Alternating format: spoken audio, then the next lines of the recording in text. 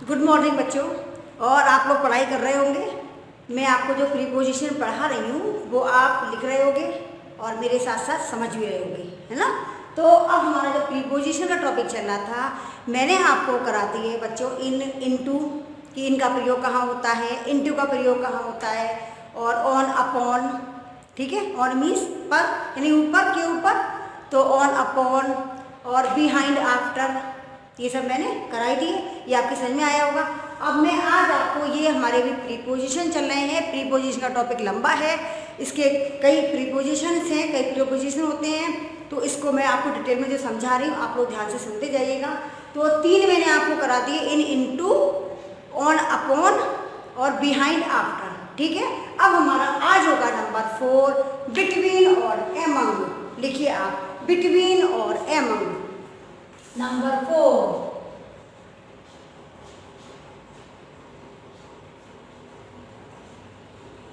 Between और among. ठीक है, इसका मीन्स क्या होता है? बिटवीन मीन्स भी बीच में, और एमंग मीन्स भी के बीच में। ठीक है, लिखते जाइएगा आप लोग, यानी के बीच में, के बीच में। बिटवीन मीन्स भी और एमंग मीन्स भी, के बीच में। बिटवीन का प्रयोग, अब आप लिखिए बिटवीन का प्रयोग कहाँ होता है बच्चों? ये लिखिए आप कि बिटवीन का प्रयोग दो वस्तुओं, यानी कहाँ कहाँ होता है? बिटवीन का प्रयोग किन्हीं दो वस्तुओं, किन्हीं दो वस्तुओं,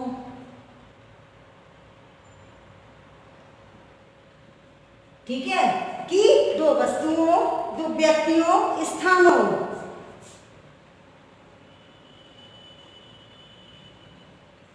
व्यक्तियों, स्थानों के बीच में होता है, यानी दो के बीच में। बिटवीन का प्रयोग किन्हीं दो वस्तुओं, व्यक्तियों, स्थानों आदि के बीच में स्थित होने के अर्थ में किया जाता है। आदि में, व्यक्तियों, स्थानों आदि में स्थित होने के अर्थ में ही बिटवीन का प्रयोग किन्हीं दो वस्तुओं, स्थानों आदि के बीच में, आदि के बीच में स्थित होने के अर्थ में, आदि के बीच में स्थित होने के अर्थ में किया जाता है। जो चीज दो वस्तुओं के बीच में होती है, या दो व्यक्तियों के बीच में, या दो स्थानों के बीच में होती है, उसमें हम बिटवीन का प्रयोग करते हैं, स्थित होने के अर्थ में किया जाता है। ठीक है, अर्थ में किया जाता है।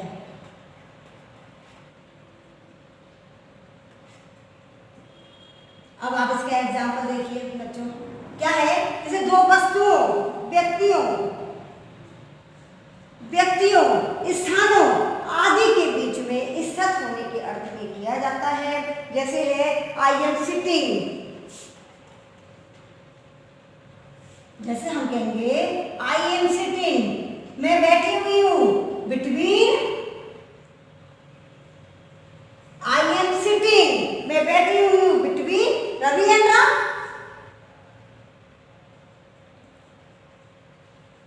रवि एंड राम, ये हो गया बिटवीन का यूज। बिटवीन का यूज कैसे?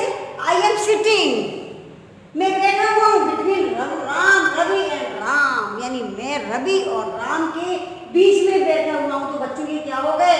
दो व्यक्तियों, यहाँ जो बताया है ऊपर, बिटवीन का प्रयोग किन्हीं दो वस्तुओं, व्यक्तियों, स्थानों, यानी दो स्थानों या दो व्यक्तियों आदि के बीच में स्थित होने के अर्थ में किया जाता है। जैसे आई एम सिटिंग, मैं बैठा हुआ हूँ या मैं बैठी हुई हूँ, बिटवीन रवि एंड राम, यानी रवि और राम के बीच में। ठीक है ना, ये हो गया हमारा बिटवीन का प्रयोग। जैसे हम आपसे कहेंगे यू आर सिटिंग, यानी आप बैठे हुए हो बिटवीन राम एंड श्याम। कुछ भी कह लो, अपनी सहेलियों के नाम दो, अपने दोस्तों के नाम, कि मतलब मैं दो लोगों के बीच में बैठा हुआ, तो हम कहेंगे you are sitting between Ram and Shyam. ठीक है, समझ में आया? तो दो व्यक्तियों के बीच में, या दो वस्तुओं के, या दो स्थानों के बीच में जो स्थित होने के अर्थ में बिटवीन का यूज किया जाता है। है। ये तो हो गया हमारा बिटवीन का यूज। अब आप लिखिए एमंग।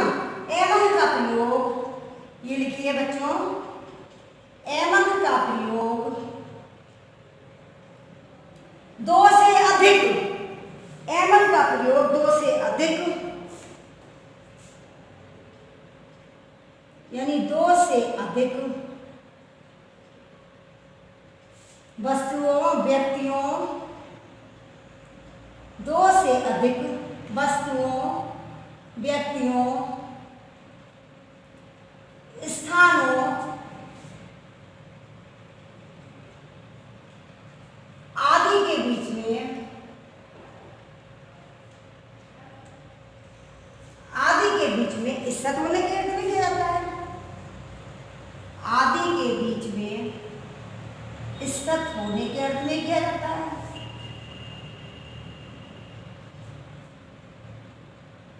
होने के अर्थ में किया जाते हैं या करते हैं, ठीक है। आप दो से अधिक हो गए, जैसे हम कहते हैं distribute, distribute, distribute this among the boys, यानी लड़कों में ये मिठाइयाँ बांट दो।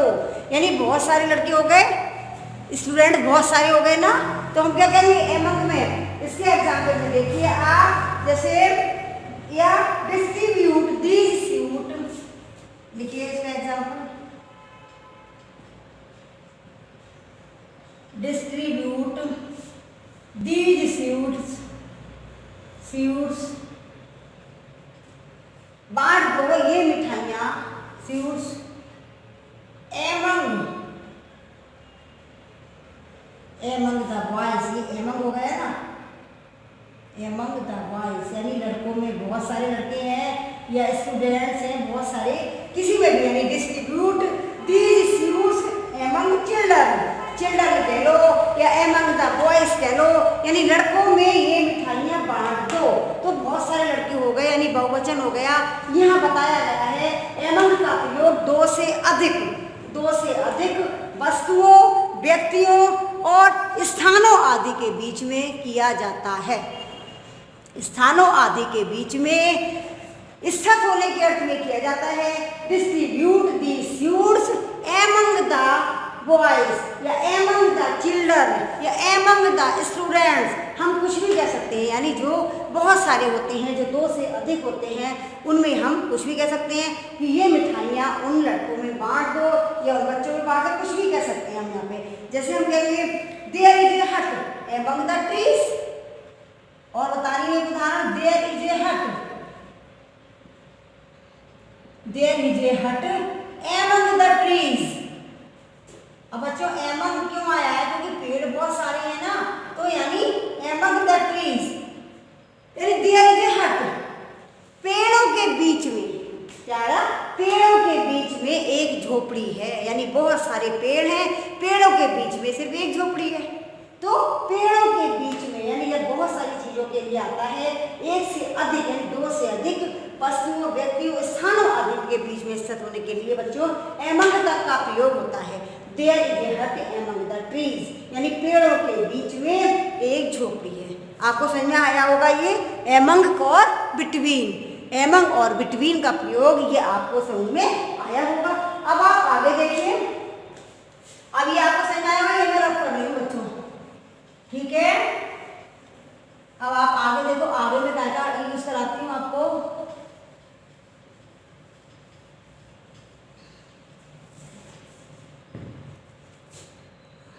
अब आगे मैं करा रही हूँ आपको ऑफ और फ्रॉम। नंबर 5 ऑफ और फ्रॉम, यानी ऑफ मीन्स काकी के, काकी के, और फ्रॉम मीन्स से। फ्रॉम मीन्स क्या होता है बच्चों, से, फ्रॉम मीन्स से, यानी जब किसी पदार्थ से, जब किसी पदार्थ से, अब हम पहले बता रहे हैं ऑफ का प्रयोग, देखो इसका ऑफ का प्रयोग क्या करते हैं हम, जब किसी पदार्थ से, जब किसी पदार्थ से किसी भौतिक, जब किसी पदार्थ से किसी वस्तु का निर्माण हो, किसी वस्तु का निर्माण हो,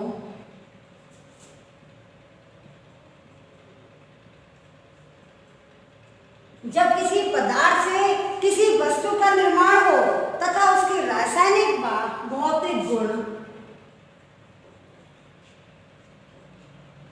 तथा उसके रासायनिक व भौतिक गुण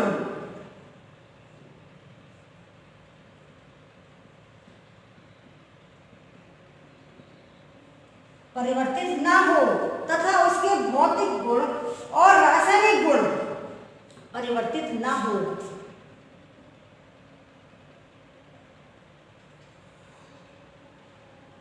परिवर्तित ना हो तो वहां पर हम ऑफ का यूज करते हैं। जब रासायनिक और भौतिक गुण, जब भौतिक व रासायनिक गुण परिवर्तित ना हो,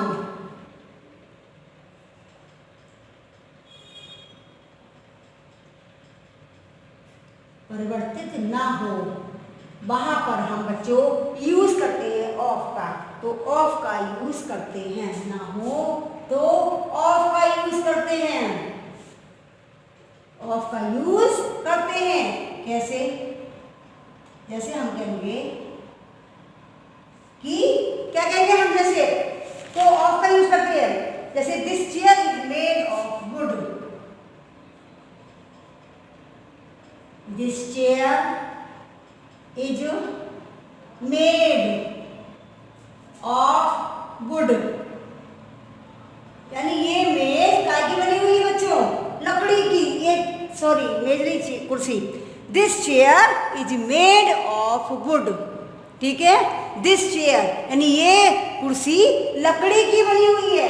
तो इसमें बच्चों भौतिक और रासायनिक गुण कोई भी परिवर्तन नहीं हो रहा है, इसमें कुछ भी परिवर्तित नहीं हो रहा है, कोई भी गुण तो जिसमें परिवर्तित ना हो तो वहां तो ऑफ का यूज करते हैं। जैसे दिस चेयर, हम कह रहे हैं ये कुर्सी लकड़ी की बनी हुई है, लकड़ी से बनाई गई है, तो इसमें कोई भी गुण परिवर्तित नहीं हो रहा है। तो ये हो गया कि हमारा यहाँ पर ऑफ का यूज करते हैं, यानी this chair is made of would, ये चेयर यानी ये कुर्सी लकड़ी की बनी हुई है, ऑफ वुड, ठीक है। अब आप देखिए फ्रॉम का प्रयोग, अब आप देखिए फ्रॉम, ठीक है। अब आप फ्रॉम का गुण देखिए बच्चों। फ्रॉम में क्या होता है बच्चों? फ्रॉम में क्या होता है कि जब किसी पदार्थ से किसी वस्तु का निर्माण हो तथा उनके रासायनिक व भौतिक गुण परिवर्तित हो तथा उसके रासायनिक व, ये भी लिखो, तथा उसके रासायनिक व भौतिक गुण, ये है हमारा फ्रॉम का प्रयोग। ऑफ का तो मैंने करा दिया, ये हमारा फ्रॉम का है कि जब किसी पदार्थ से किसी वस्तु का निर्माण हो तथा उसके रासायनिक व भौतिक गुण परिवर्तित हो, ठीक है। उसके रासायनिक व भौतिक गुण परिवर्तित हो तो बच्चों वहां पे हो तो फ्रॉम का यूज करते हैं। तो हम फ्रॉम का यूज करते हैं। कैसे? अब देखिए आप, तो हम जब इसके रासायनिक व भौतिक गुण, यानी जब किसी चीज से, जब किसी पदार्थ से किसी वस्तु का निर्माण हो, किसी चीज से कोई चीज बनाई गई हो और उसके रासायनिक व भौतिक गुण परिवर्तन हो, यानी बदलता, जैसे दूध से दही बनता है, जब हम दूध को जमाएंगे तभी तो हम दही बनेगा, तो उसके भौतिक और रासायनिक गुण परिवर्तित हुए नहीं हुए, इसीलिए तो उसमें बच्चों फ्रॉम का यूज करते हैं। जैसे हम कहेंगे the curd is made from milk, the curd is made from milk, from milk यानी दूध से, यानी the curd means dahi, curd means dahi, यानी दही इज मेड, दही बना हुआ है फ्रॉम मिल्क यानी दूध से। बच्चों तो इसमें भौतिक और रासायनिक गुण का परिवर्तन हुआ। जब हमने दही को जब हमने दूध को जमाया तभी तो दही बना, कोई बिना जमे तो नहीं बन जाएगा। तो जो है इसमें रासायनिक और भौतिक गुण जो है इसमें वो परिवर्तित हुए, इसलिए हमने दूध से दही बनाया। तो the curd is made from milk, यानी दूध जो है, दही जो है वो दूध से बना हुआ है। समझ में आया आपके कि दही जो है वो दूध से बना हुआ है। ये हो गया हमारा ऑफ और फ्रॉम का प्रयोग। अब आप आगे आ जाइए, एलोंग और एक्रॉस। अब आप आगे आइए, एलोंग, एलोंग और across. Number 6 along. Along means किनारे किनारे, एलोंग मीन्स किनारे किनारे, ठीक है। आप लिखते जाइएगा इसको। ये हो गया हमारा किनारे किनारे। और एक्रॉस मीन्स, एक है हमारा एक्रॉस। एक्रॉस मीन्स होता है के पार, यानी एक्रॉस होता है हमारा के पार, ठीक है। अब इसका देखिए, अब एलोंग का देखिए। अलोंग का बता रही हूँ पहले में। एलोंग का प्रयोग बच्चों, एलोंग का प्रयोग किसी लंबवत, एलोंग का प्रयोग लंबवत स्थिति में सहारे सहारे, लंबवत स्थिति में, लंबवत स्थिति में सहारे सहारे,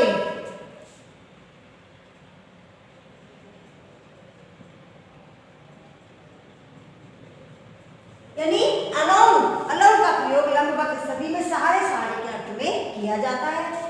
सहारे सहारे के अर्थ में किया जाता है, अर्थ में किया जाता है।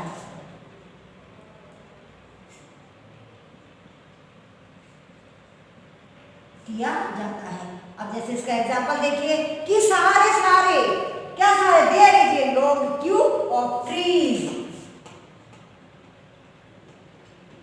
There is a long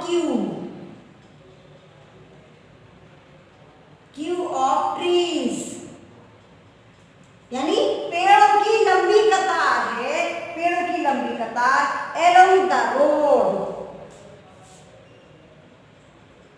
along the road। अब क्या हुआ इसका? ये हो गया हमारा along, यानी there is a long queue, queue means कतार, queue means क्या होता है? कतार, यानी of trees, यानी पेड़ों की लंबी कतार की है, एक पेड़ों की लंबी कतार along the trees, यानी सड़क के किनारे किनारे। समझ में आ रहा है?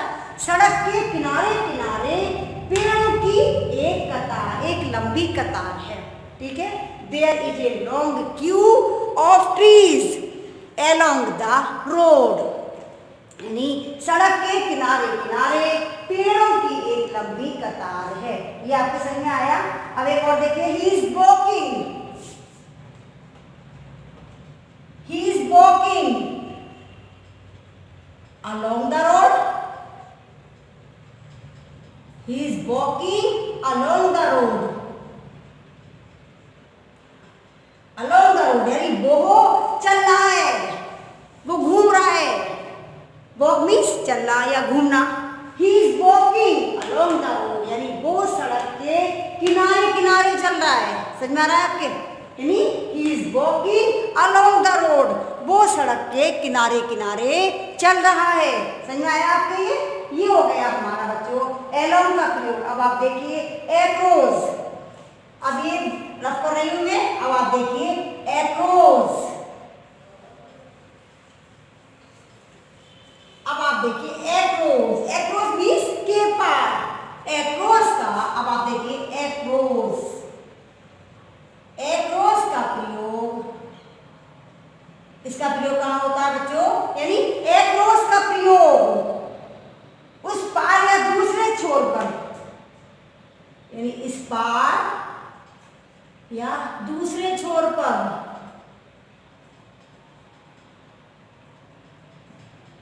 दूसरे छोर पर स्थित होने के लिए किया जाता है, स्थित होने के लिए किया जाता है। यानी एक्रॉस का प्रयोग इस पार या दूसरे छोर पर स्थित होने के अर्थ में किया जाता है।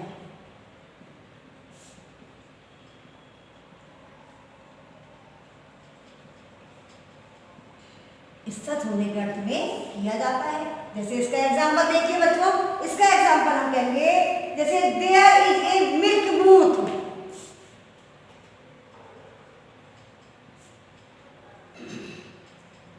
There is a milk booth यानी मिल्क बूथ यानी क्या? डेयरी, दूध की dairy. Across the road, across the road, across यानी सड़क के उस पार, सड़क के पार।